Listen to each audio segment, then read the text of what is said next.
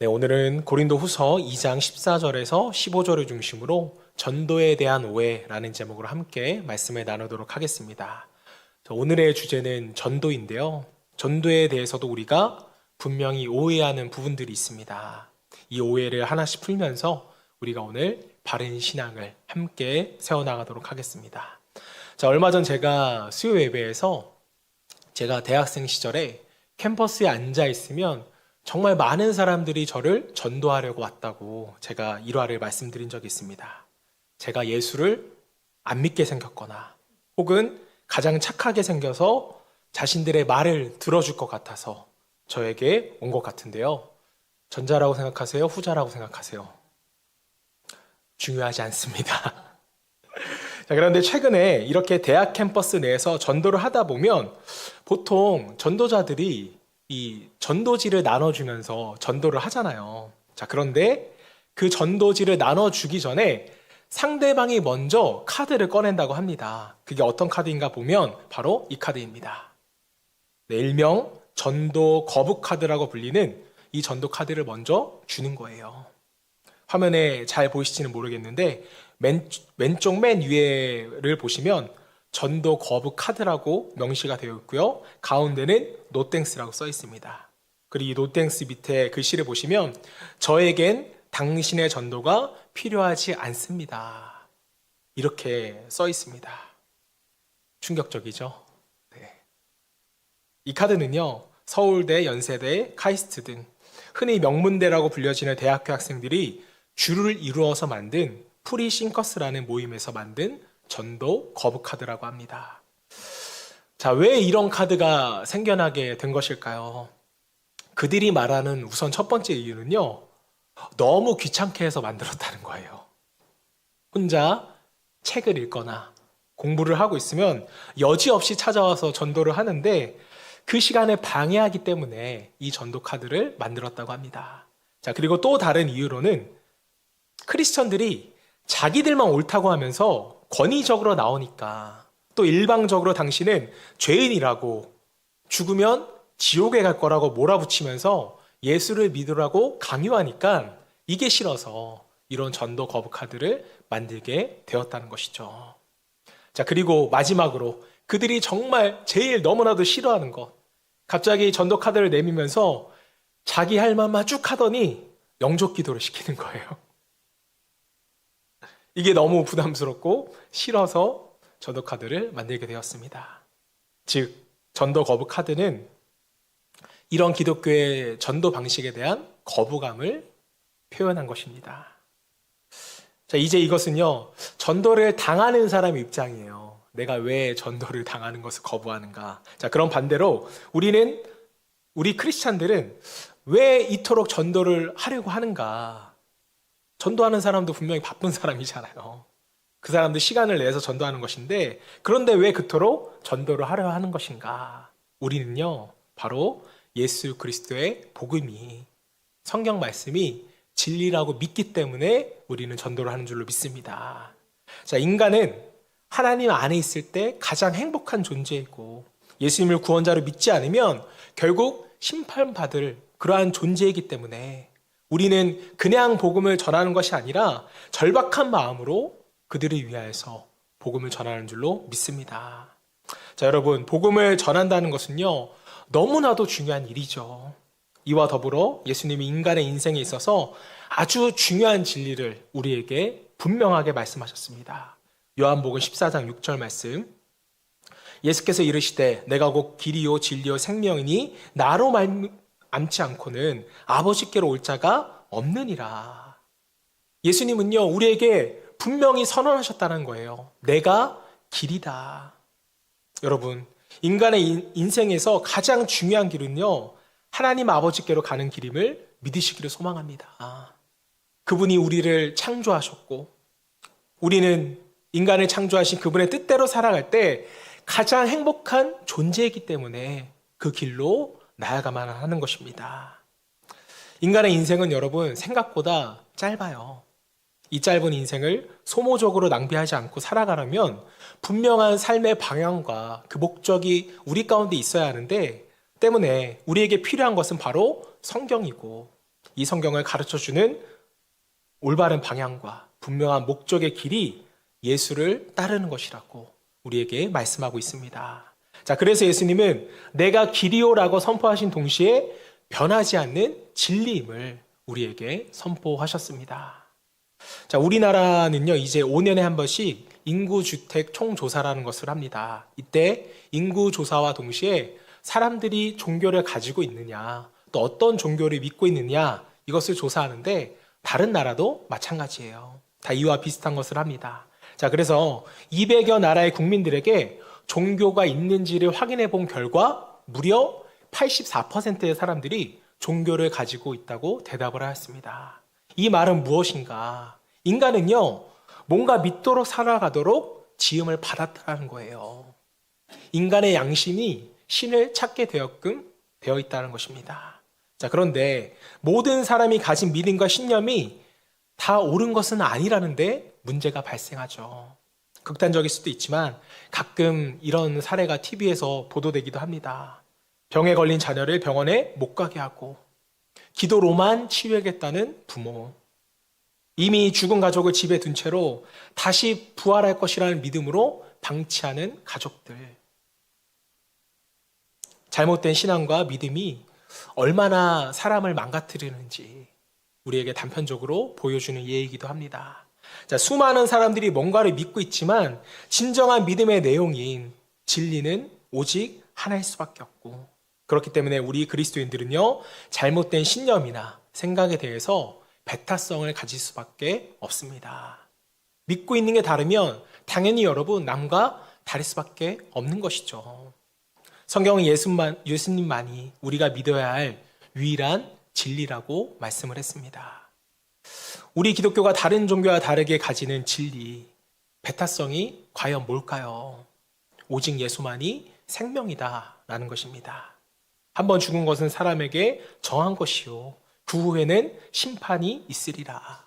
이 히브리서의 말씀처럼 다른 종교에도 인간이 죽어서 심판 비슷한 것을 받는다고 말합니다. 자, 그런데 구원받는 것 또한 여러 방법을 통해서 구원받을 수 있다는 게 여러분 문제라는 거예요. 구원의 방법은 여러 가지다. 제일 흔한 비유가 뭡니까? 산 정상은 한 곳이지만 산을 올라갈 수 있는 방법은, 그 길은 동쪽에도 있고 서쪽에도 있다. 구원의 방법은 한 가지가 아니다라고 말하는 것입니다. 자, 그런데 기독교는요, 구원에 이르는 길은 예수 그리스도 한 가지 길밖에 없다라고 말합니다. 자, 이게 다른 사람 눈에는 어때요? 니들만 진리고 니들만 맞는 거냐, 안 입고 온 시선으로 우리를 바라보게 되는 것입니다.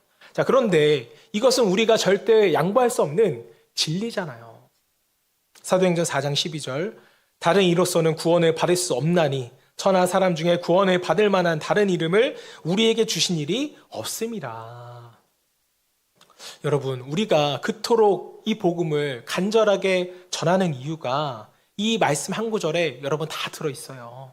예수를 믿어야만 하나님께 나아갈 수 있는 확실한 길을 알 수 있고, 또 진리를 알 수 있고, 영생하는 그 은혜를 우리가 누릴 수 있기 때문인 것입니다. 이것 외에는 여러분 다른 방법이 없는데 어떡하겠어요? 거기다가 우리가 예수를 믿는 베네핏으로 우리가 이 땅의 삶을 살아가는 동안 문제와 환난 가운데 있을 때 구원하시는 도움의 은혜를 우리에게 주시겠다고 분명히 약속하였습니다.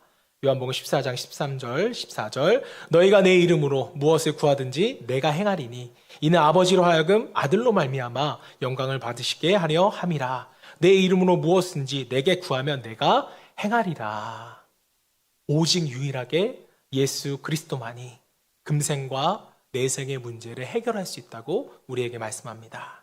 자, 그렇다면 여러분, 우리 같은 크리스찬들이 세상 사람들에게 전하려는 복음은 정말로 좋은 거잖아요.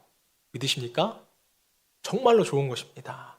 사람에게 있어서 인생의 길과 진리만큼 소중한 것이 어디 있겠어요. 또 내생의 구원뿐만 아니라 현실의 삶을 구원해 주는 것이 바로 우리가 믿는 복음입니다. 예수 그리스도의 능력이에요. 자, 그런데 이 좋은 것을 왜 사람들은 전도 거부 카드를 만들면서까지 거부를 하는 것일까? 저는 지금 이 상황을 보면 딱 이런 것 같아요. 여러분들 아마 전화 판매나 방문 판매를 당해보셨을 거예요. 자, 그럴 때 아무리 좋은 물건이라고 소개해도 우리가 덥석 사요, 안 사요? 덥석 사지는 않습니다. 처음에는 대부분 의심을 하죠. 이게 정말 효과가 있는 물건일까? 이 화장품을 바르면 20대 피부가 된다는데 정말일까? 이 사람이 나를 지금 물건 하나 팔려고 구워 삶으려고 하네? 나는 절대 넘어가지 않으리라. 이렇게 다짐해 본 적 있으세요? 없으세요? 있잖아요. 지금 세상 사람들이 우리가 전하는 복음을 이 정도 수준으로 생각하는 것 같아요. 너희들은 좋다고 선전하지만 정말 그것이 좋은 것이냐? 정말 효과가 있는 것이냐? 의심을 한다는 것이죠. 그리고 우리에게는 되묻습니다. 그거 진짜야? 써봤더니 효과가 없는데? 그럼 이제 전도하는 우리 입장에서는 당황을 합니다. 왜 당황을 하냐면 많은 크리스천들조차도 이 전도를 오해하고 있기 때문에 이 질문에 대한 바른 답을 주지 못한다는 거예요. 그냥 일단 교회에 와보래요. 묻지도 따지지도 말고. 교회 오면 그냥 좋은 일이 생겨. 한번 와봐. 우리는 이순재식 전도 방법을 사용합니다. 자, 우리는 질문하는 비신자들에게 예수 믿으면 복 받고 천국 갈 거라는 단순한 이런 대답밖에 하지 못할 때가 너무나도 많아요. 그러면 사람들은 당연히 복음을 거부하는 것이죠. 마치 우리가 광고 전화를 해서 광고 전화를 받으면 괜찮습니다. 이렇게 거부하는 것과 동일한 상황인 것입니다. 자, 그래서 오늘은 우리가 전도에 대한 오해를 좀 함께 살펴보고 우리가 나아갈 바른 전도 방법은 무엇인가를 함께 나눠보고자 합니다. 저는 요즘 고민이 있어요, 여러분. 제가 길거리를 지나가 봐도 심지어 이곳 교회에 있을 때도 이단들이 찾아와서 전도를 너무 열심히 해요. 정말 여러분 교회로 찾아옵니다, 이단들이. 이상한 전도 신문지 하나 들고서. 코로나 이후에 교회는 노방 전도를 멈추게 되었는데 이단들은 정말 열심히 전도를 하는 모습을 보면서 저들은 정말 항상 발빠르게 움직이는구나. 이제 우리 교회도 다시 전도를 좀 준비해야겠구나라는 생각을 하면서 오늘 말씀을 나누게 되었습니다. 저 여러분 모두가 이 전도에 대한 오해를 풀면서 우리 또한 바른 신앙으로 다시금 회복이 되고 주님이 우리에게 주신 전도의 사명을 실천할 수 있기를 먼저 주님으로 축복합니다. 자, 우리가 가지고 있는 전도에 대한 오해는 무엇일까? 첫 번째 오해는요, 전도는 예수 천당 불신 지옥이라는 오해입니다. 이것은요, 복음을 축소 해석하게끔 만든다는 거예요. 사실 성경을 자세히 보시면 전도 자체를 직접 강조하는 경우는 많지는 않습니다. 예수님도 부활 승천하시면서 그때 복음을 증거하라고 이 전도를 강조하셨지, 대부분의 가르침은요, 복음에 합당한 삶을 사는 것, 이것에 대해서 우리에게 중점적으로 강조하셨습니다. 자, 그렇다면 예수님의 전도 명령을 좀 살펴볼게요. 사도행전 1장 8절 말씀, 너무나도 유명한 말씀이죠. 함께 봉독합니다. 시작. 오직 성령이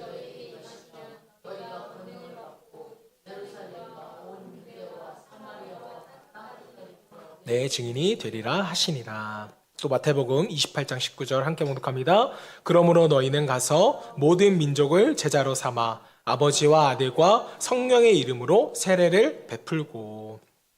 자, 예수님의 위임 명령인데 사실 이 두 말씀 다 예수 천당 불신 지옥을 외치라는 그런 성경 구절은 아닙니다. 성령이 임하는 삶과 제자의 삶을 살라. 삶의 변화에 대한 명령이라는 거예요. 이해되셨죠? 말씀을 여러분이 천천히 읽어보시면 이해할 수 있습니다. 성령이 임하면 복음을 증거하는 삶을 살게 되는 것이고 예수님의 제자가 되면 또 다른 제자를 삼는 그러한 삶을 사는 것이다. 자, 이 땅에서 행하신 예수님의 가르침을 보면 우리에게 전도 공식이나 사형리를 가르친 것이 절대 아니었다는 거예요. 학교에서 하듯이 선생님이 공식 하나 칠판에 적어주고 이걸 딸딸딸 외워, 이거 대입하면 돼, 이렇게 시험 보는 방식의 가르침이 아니었다는 거예요. 물론 복음을 전하기 위해서는 우리가 바른 지식이 있는 것이 너무나도 중요합니다. 자, 하지만 예수님은요, 이 땅에 이미 임한 하나님 나라를 우리에게 선포하시고 하나님 나라 안에서의 삶을 우리에게 모본으로 보여주셨습니다. 자, 그러니까 예수님은 그저 삶을 보여주신 것이지 우리에게 전도의 공식을 가르쳐 준 것은 아니었어요. 예수천당 불신지요. 우리는 이것을 공식으로 생각합니다.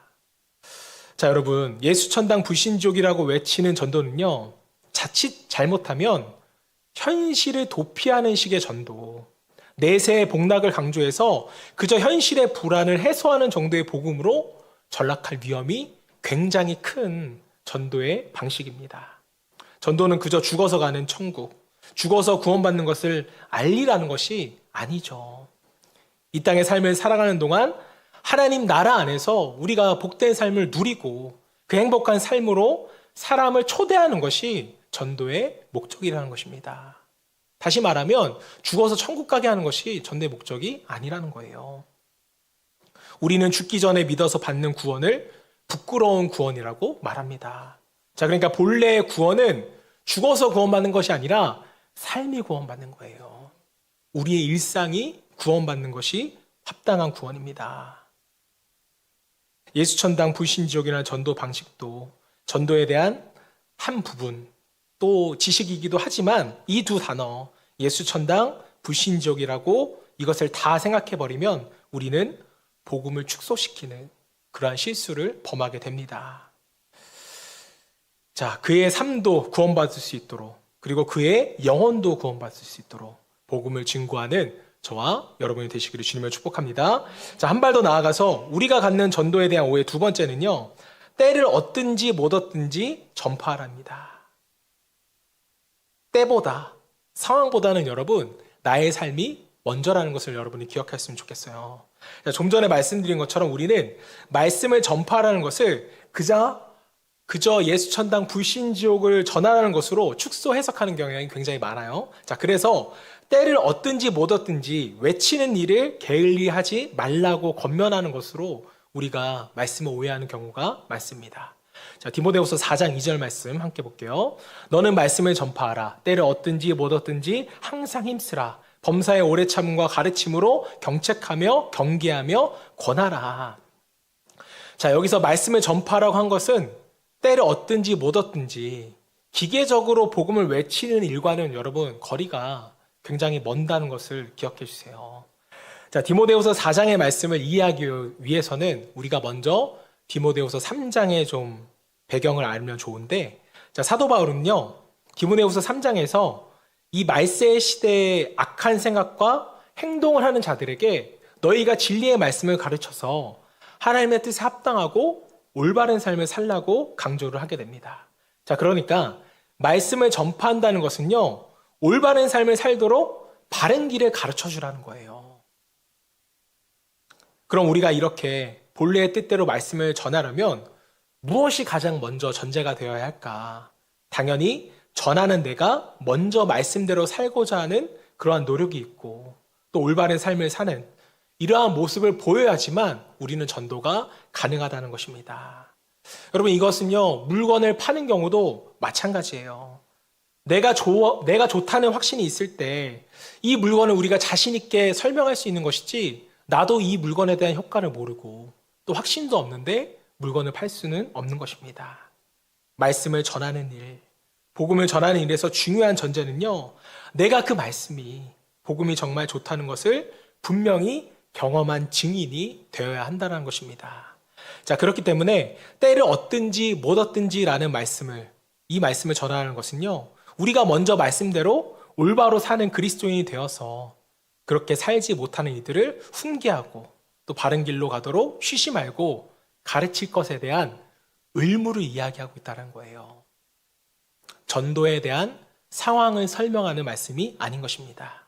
자, 사랑하는 여러분, 우리가 가지고 있는 복음이 아무리 위대할지라도 복음을 전하는 사람이 그렇지 못하다면 복음에 대한 신뢰는요, 어쩔 수 없이 떨어질 수밖에 없습니다.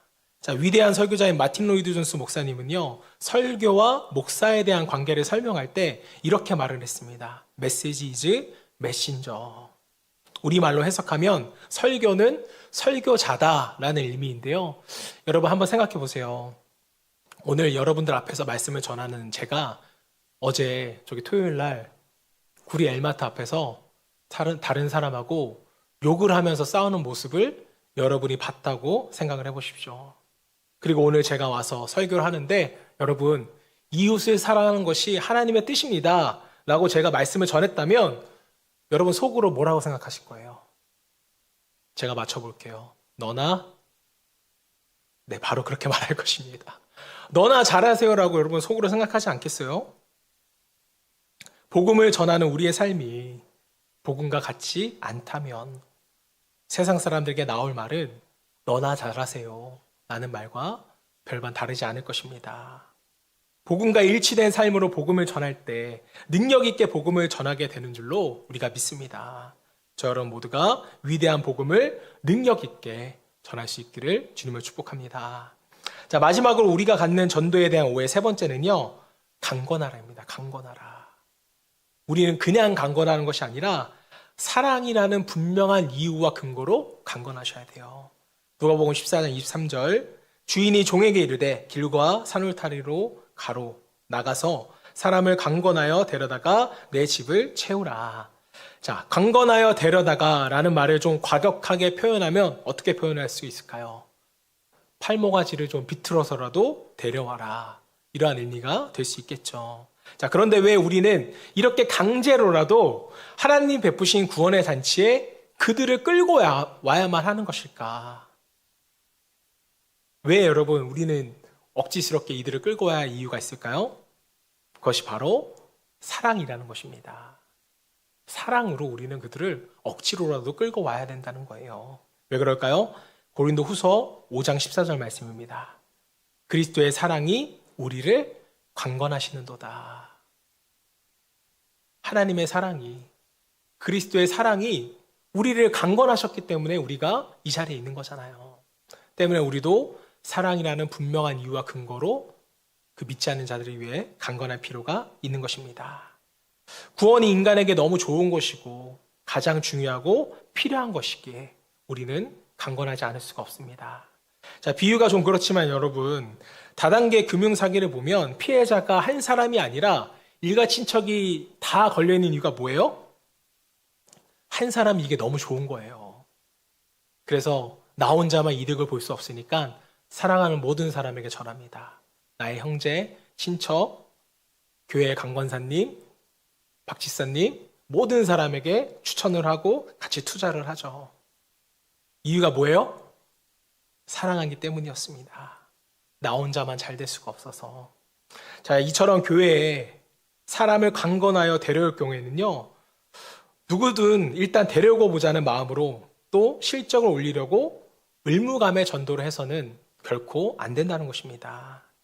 하나님께서 저 사람을 어떻게 보실까? 저 영혼도 하나님의 사랑을 받아야만 하는 그러한 사람인데 라는 마음으로, 긍휼한 마음이 도저히 전도하지 않고는 못 베기기에 우리는 함께 교회 가자. 너 꼭 예수를 믿어야 해. 이런 마음으로 강권을 하게 되는 것입니다.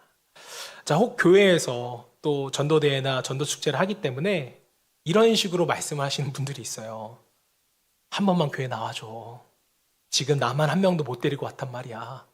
목사님 볼 면목이 없어. 오늘 한 번만 같이 가줘. 라는 식의 전도는요, 전도의 목적과 방법이 결탄코 될 수 없는 것입니다. 자, 우리가 전도에 대해 가져야 할 바른 생각과 태도는 하나님께서 이 사람을 어떻게 보실까?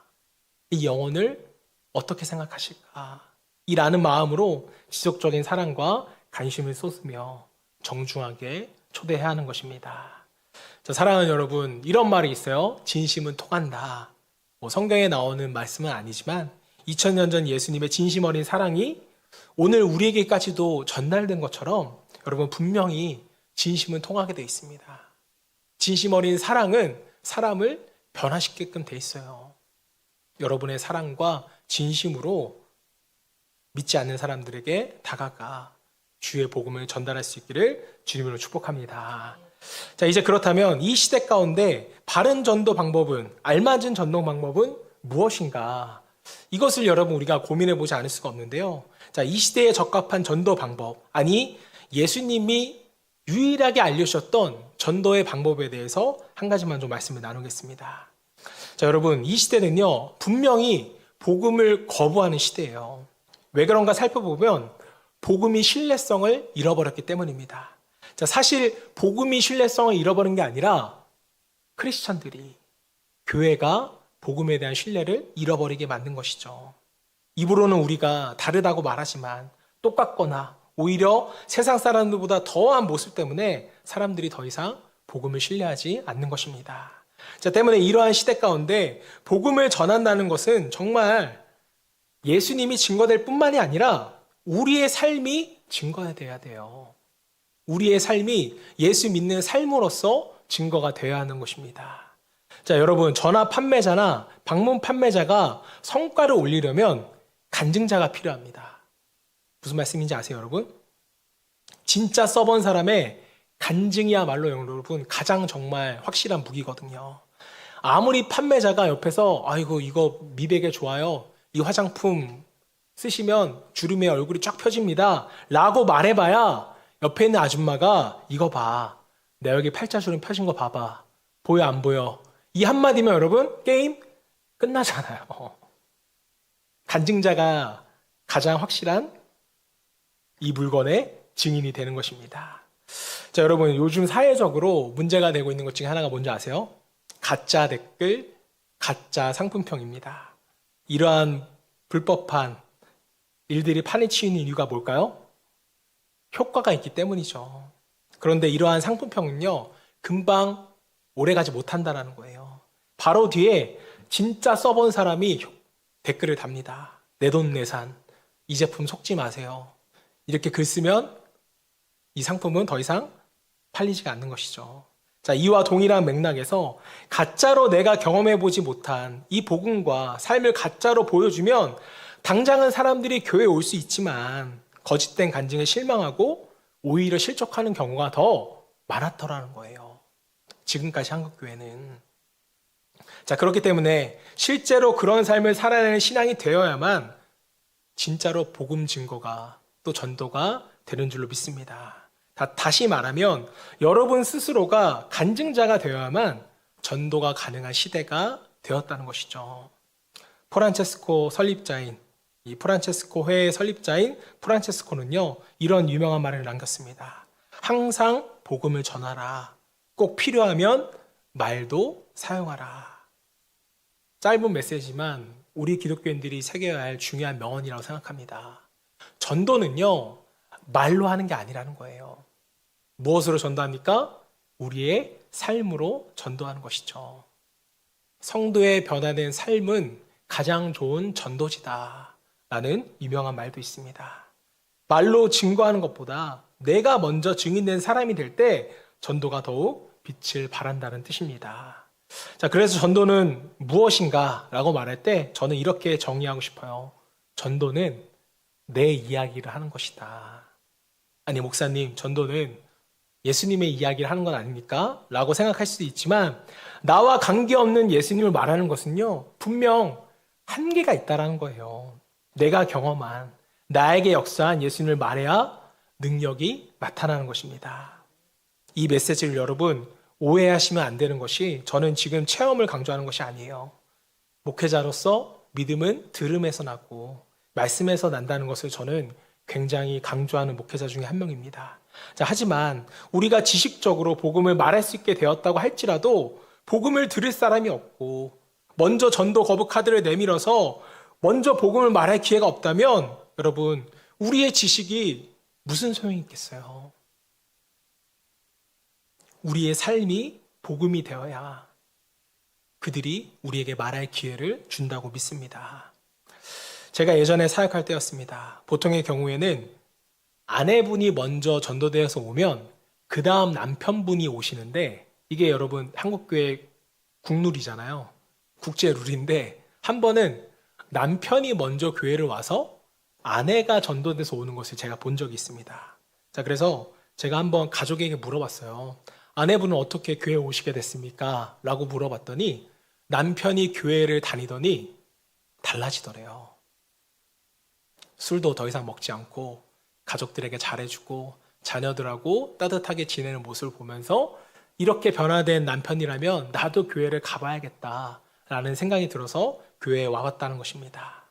자, 한 사람의 신앙인다운 삶 때문에 온 가족이 신앙인으로 거듭나게 된 것이죠. 저는 그래서 또 궁금해서 남편분한테 물어봤어요.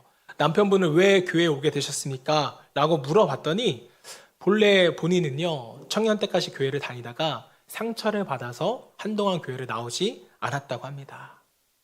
자, 그런데 어느 날 한 친구가 자기가 술 마실 때 술값도 대신 내주고 자기가 어려운 일 있을 때 도와달라고 먼저 말하지도 않는데 먼저 도와주는 모습을 보면서 이 친구는 뭐가 다른 것일까라고 생각했더니 교회를 다니더라는 거예요. 그래서 나도 너가 다니는 교회라면 나도 한번 가보고 싶다라고 교회를 다니게 되었다고 합니다. 알고 보니까 이분이 젊었을 때 교인들과 목사님이 싸우는 것을 보고 실망해서 교회를 떠났다가 친구의 신앙적인 삶을 보고 돌이키게 된 것입니다. 저는 이 이야기를 다시금 떠올리게 되면서 정말 이 시대는 전화 판매자나 방문 판매자가 하듯이 물건을 말로 설명하는 방법으로는 전도에는 분명히 한계가 있다는 것을 다시 한 번 더 제가 깨닫게 되었습니다. 분명 복음의 증인이 필요하고 복음에는 간증자가 필요합니다. 증인이 복음을 전할 때 비로소 사람들의 마음이 움직이게 되는 것처럼.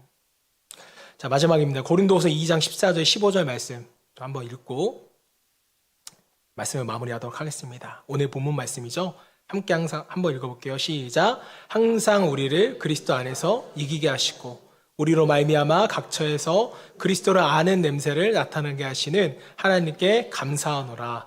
우리는 구원받는 자에게나 망하는 자에게나 하나님 앞에서 그리스도의 향기니. 이 말씀의 좀 배경을 알려면 우리가 좀 원어 성경을 좀 봐야 되는데요. 자, 그리스도 안에서 이기게 하시고는 이것을 원어로 풀면요. 예수님께서 이루신 승리의 개선 행진에 우리를 끼워주시고 라는 의미의 번역이 됩니다. 자, 로마 시대에는요, 전쟁에서 승리하고 돌아와 버리는 개선 행진에는 항상 향을 피웠다고 합니다. 향을 피워서 냄새가 퍼지게 되면 사람들이 이 개선 행렬을 맞이하기 위해서 모이는 거예요. 이와 마찬가지로 예수님은 오늘 우리에게 너희가 그 향기의 역할을 감당하라고 명령하고 있습니다. 우리를 통하여서 사람들이 예수께 나아오게 하는 그 향기의 역할. 이 역할은 우리가 먼저 예수님을 따르는 삶을 살아갈 때 우리 삶 가운데 그리스도와 함께하는 분명한 역사와 향기가 나타날 때 사람들이 찾아오게 되는 것입니다. 자, 그래서 우리는 구원받는 자들에게나 망하는 자들에게나 하나님 앞에서 그리스도의 향기가 되는 것입니다. 그리고 이제 여러분 여성분들은 이제 향수를 쓰시는 분들도 계실 텐데 이 향수를 아시는 분들은요 냄새만 맡아도 무슨 향수인지 아시더라고요. 자, 그리고 여자분들 중에 가장 유명한 향수가 샤넬 넘버 5라는 아주 유명한 향수가 있습니다. 아세요? 네, 이게 여자분들이 가장 좋아하고 제가 그래서 혹시 인터넷 쳐보니까 비싸더라고요. 이만한 게 한 15만 원? 네, 저는 안 사줄 것 같아요. 이만한 향수가 있는데 이 향수가 냄새만 맡아도 뭔지를 아신대요. 자, 그런 의미에서 우리는 샤넬 넘버 5의 향수가 아니라 예수 넘버 1의 향수가 되기를 주님을 축복합니다. 어제 한참 생각했는데 별로 반응이 없으신 것 같아서 제가 좀 실망을 하게 되지만, 자, 여러분, 이 예수의 향기가 우리 삶 가운데 배려면 우리의 말, 우리의 생각, 우리의 행동이 변화될 때 그리스도의 향기가 우리에게 배는 줄로 믿습니다. 세상에 아무리 악취가 가득할지라도 예수의 향기를 가득 품은 우리가 머문 자리에는 더 이상 악취가 아니라 예수의 향기가 남게 되는 것입니다. 저 여러분 모두가 이러한 예수의 향기 되기를 주님 이름으로 축복합니다.